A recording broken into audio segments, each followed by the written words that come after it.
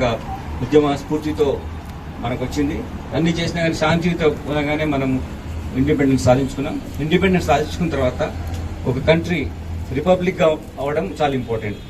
రిపబ్లిక్గా ఉండి కాన్స్టిట్యూషన్ ఉండడం చాలా ఇంపార్టెంట్. కాబట్టి అన్ని ఇండియన్ ఎథోస్ను వాల్యూస్ని దృష్టిలో పెట్టుకొని రాష్ట్ర రాజ్యాంగం ఈ రోజు నుంచి 1950లో అమల్లోకి వచ్చింది. కాబట్టి ఇది మనం రిపబ్లిక్ డేగా సెలబ్రేట్ చేసుకుంటాం. రిపబ్లిక్ డే సెలబ్రేట్ చేయడం ఏంటంటే ఇది చాలా ఇంపార్టెంట్ కాన్సెప్ట్. ఇప్పుడు మీరు ఆస్ట్రేలియా ఉంటుంది. Australia is not a republic. They may claim but there monarch, British monarch is the head of the state. But in our country, our monarch అనేది లేకుండా మన హెడ్ ఆఫ్ ద స్టేట్ ఎవరైతే రాష్ట్రపతి గారు ఉంటారో వారు head of state elected by the people either through directly or through representatives indirect election ద్వారా వచ్చిన. కాబట్టి ఇది రిపబ్లిక్ గా వచ్చింది మనకి. We must read the preamble of the constitution. Preamble of the constitution లో మనం ఈక్వాలిటీ, లిబర్టీ, ఫెటర్నిటీతో పాటు రకరకాల అమెండ్మెంట్స్ కొత్త కొత్తవి దాన్ని యాడ్ చేస్తారు. ఈ ప్రపంచంలో అత్యున్నతమైనటువంటి ప్రమాణాలు కలిగిన ఒక రాజ్యాంగం మనము ఇంప్లిమెంట్ చేస్తున్నాం.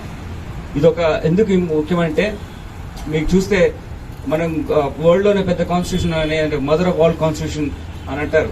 ఎవరిని? బ్రిటిష్ కాన్స్టిట్యూషన్ అంటారు. Can you know it? Till 1928 there is no right to vote for women. Even American constitution లో కూడా ఇనిషియల్ స్టేజ్ లో రైట్ టు ఓట్ లేదు. ఓవర్ పేస్ ద ట్యాక్స్ వెళ్ళి దే గాట్ ద ఓట్. అంటే ఒక్క pen stroke తో constitution లో మహిళలకు రక్షణ కల్పించే విధంగా, అలానే ఎవరి అణగారిన వర్గాలు ఉంటారో తర్వాత ఉన్నతమైన వర్గాలు అందరికీ కలిపి ఒకటే ఓటు ఇచ్చారు. ఇది ఒకటే constitution in the world. The first day itself they have been given right to vote. Every one individual one vote. ఆ విధంగా ఈ కాన్స్టిట్యూషన్ మనం రాసుకున్నాం. దీంట్లో ఫండమెంటల్ రైట్స్, ఫండమెంటల్ డ్యూటీస్ తర్వాత కూడా వచ్చాయి, కొన్ని యాడ్ చేశారు. ఎగ్జిస్టింగ్ కొన్ని ఉన్నాయి. తర్వాత డైరెక్ట్ ప్రిన్సిపల్ స్టేట్ పాలసీ ఉన్నాయి. దాని తర్వాత డిఫరెంట్ ఆర్గాన్స్ గవర్నమెంట్ లో కేబినెట్ ఎలా పనిచేస్తుంది, council ministers, then supreme court, high court లాంటి కాన్స్టిట్యూషన్ ఇన్స్టిట్యూషన్స్ తో పాటు ప్రెసిడెంట్ ఎలక్షన్ ఎలా, ఇవన్నీ ఇంక్లూడ్ చేస్తూ వెల్ఫేర్ స్టేట్ అనే కాన్సెప్ట్ ని చాలా ఇంపార్టెంట్ ఫోకస్ లో ఈ మన కాన్స్టిట్యూషన్ ముందుకు తీసుకెళ్ళింది. ప్రతి వ్యక్తికి, ఈ భారతదేశంలో ప్రతి వ్యక్తి సమానం. ఒక ఫెటర్నిటీ, ఒక సౌభ్రాతృత్వం, ఒక ఈక్వాలిటీ, ఒక సమానత్వం ఈ కలిగినటువంటి రాజ్యాంగం మనం రాస్తున్నాం. దానికి ఇంప్లిమెంట్ చేసేటువంటి ఏజెన్సీ మనం. పోలీస్ వ్యవస్థనే ఈ రాజ్యాంగాన్ని ఇంప్లిమెంట్ చేయాలి. వేరే వ్యవస్థలు ఉంటాయి, అభివృద్ధి పట్ల వాళ్ళు ఉంటారు, కానీ శాంతి భద్రతలు ఎక్కడైతే పరీక్షపడతాయో, ఎక్కడైతే శాంతి భద్రతలు నిజమైనటువంటి విలువలతో ముందుకెళ్తాయి, అక్కడే నిజమైన అభివృద్ధి వస్తుంది. అంటే we may be not seen directly by some people, but we are the people, because when we give the peace, then only there will be a development. We have seen many countries in the world అక్కడ వాళ్ళు develop చేయాల్సిన స్థాయి కూడా ఎందుకు చేరలేకపోతున్నారంటే అక్కడ శాంతి భద్రతలు కానీ లేకుండా పోవడం.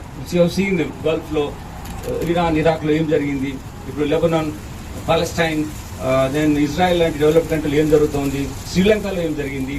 మీరు ఎక్కడైనా చూడండి, ఎక్కడైతే శాంతి భద్రతలు సరిగా పరిరక్షించబడవో అక్కడ అభివృద్ధి అనేది ఉండదు. కాబట్టి మీరంతా ఒక అభివృద్ధిలో మీరు భాగస్వామ్యాలు, అభివృద్ధి కోసం మీరు ఒక యోధులు అనే ఉద్దేశం మీరు మనసులో పెట్టుకుని పనిచేయాలి. So it's not that you will get some responsible job వస్తుందా లేకుంటే లేదని కాదు. ఎవ్రీ ఇండివిజువల్ ఏ పొజిషన్ ఉన్నా సరే నీ కాంట్రిబ్యూట్ చేసేది ఏంటిది? మినిస్ట్రియల్ స్టాఫ్ ఏమున్నారు, ఏఆర్ స్టాఫ్ ఏమున్నారు, ట్రాఫిక్ ఏం చేస్తుంది, క్రైమ్ స్టాఫ్ ఏం చేస్తుంది, అడ్మిన్లో ఉన్న వాళ్ళు ఏమున్నారు, కంప్యూటర్స్ చేసే వాళ్ళు ఏం చేస్తారు, అవన్నీ ఎవరి బాధ్యతలు వాళ్ళకి ఏమి ఉంటాయో all responsibilities we should do with all professional commitment and dedication. Lot of expectations ప్రజలు మన పైన ఉన్నారు, మన మీద పెట్టారు.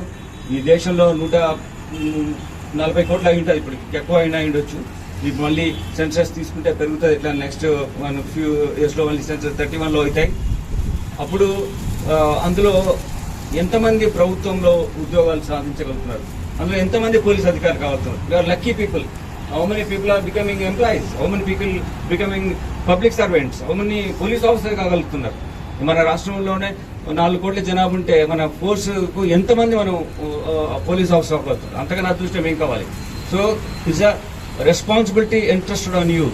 So please focus that whatever responsibility given to you, it has to be implemented, it has to be done well, so that the beneficiary, the common man, the insecure person in the society should feel I am secured and my concerns will be addressed అనే విధమైనటువంటి confidence ఇవ్వాలి.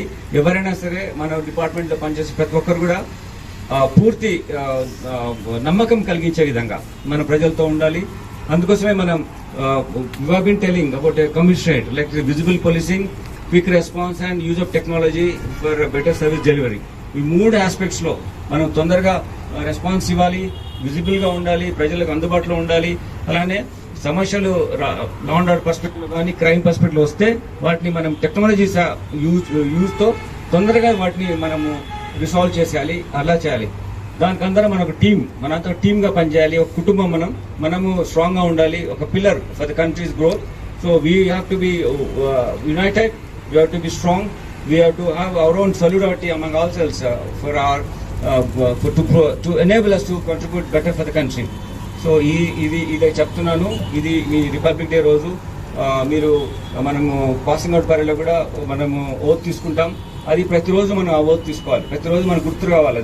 ఈ రోజు నేను చేస్తున్నప్పుడు నేను న్యాయబద్ధంగా ఉన్నానా, న్యాయబద్ధంగా చేస్తున్నానా, ఒకవేళ బై ఛాన్స్ ఏదైనా మిస్టేక్ అయినా you must rectify that whatever the mistake bona fide way ఉన్నా. సో అట్లా ప్రతి క్షణం మనం చేస్తున్న కార్యక్రమాల్లో what is the thing which you are suppose to do, are we following the thing which is design or legitimate way we have to delivering it or not అనేది చాలా important.